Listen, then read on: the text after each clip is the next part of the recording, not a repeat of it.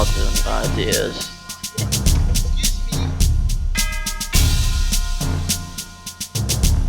Is it okay if we just ask you some questions about the working conditions in London at the moment? Absolutely, go ahead. In what ways do you feel as if working conditions are unfair for less fortunate people? And what ideas could you think of to maybe try and change these conditions for people if you was in power?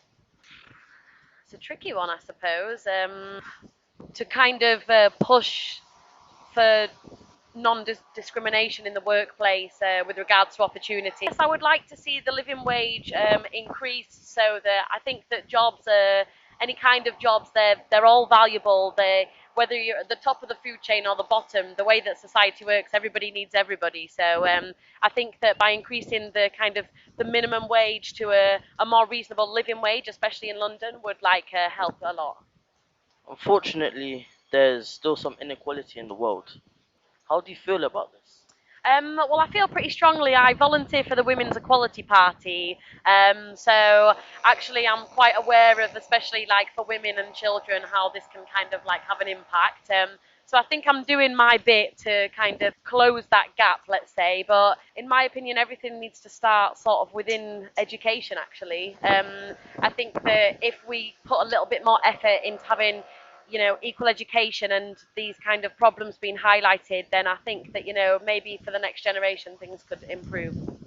I think they're unfair because lots of work is unsecured, it's on temporary contracts or 0-hour contracts, so people often can't have enough work that they need to survive or to live a good life. Or like all these people who are the part of the gig economy as well, and they like have to do deliveries and things, and they don't get paid the minimum wage even. Child labour is a big thing abroad, as children make our clothes a lot of the time. How do you feel about these working conditions as they have to suffer and sleep in cells a lot of the time? I think it's terrible. I don't think it should happen. I'm glad that in our country we don't have that, but I think that other places around the world should have the same laws protecting children as we do here. Gosh, it's a hard question actually. Again, I don't really know very much about it. Well, as you can see to the left of you here, there are some numbers on the wall, and you may know, you may not know that people were in terrible working conditions as well. Yeah, I guess back in those days, in fact, Victorian times, they probably were. But this was the holding sheds for all the stuff that came by rail from other parts of the country. How would you feel if you was one of those people and you was in their situation in great heat?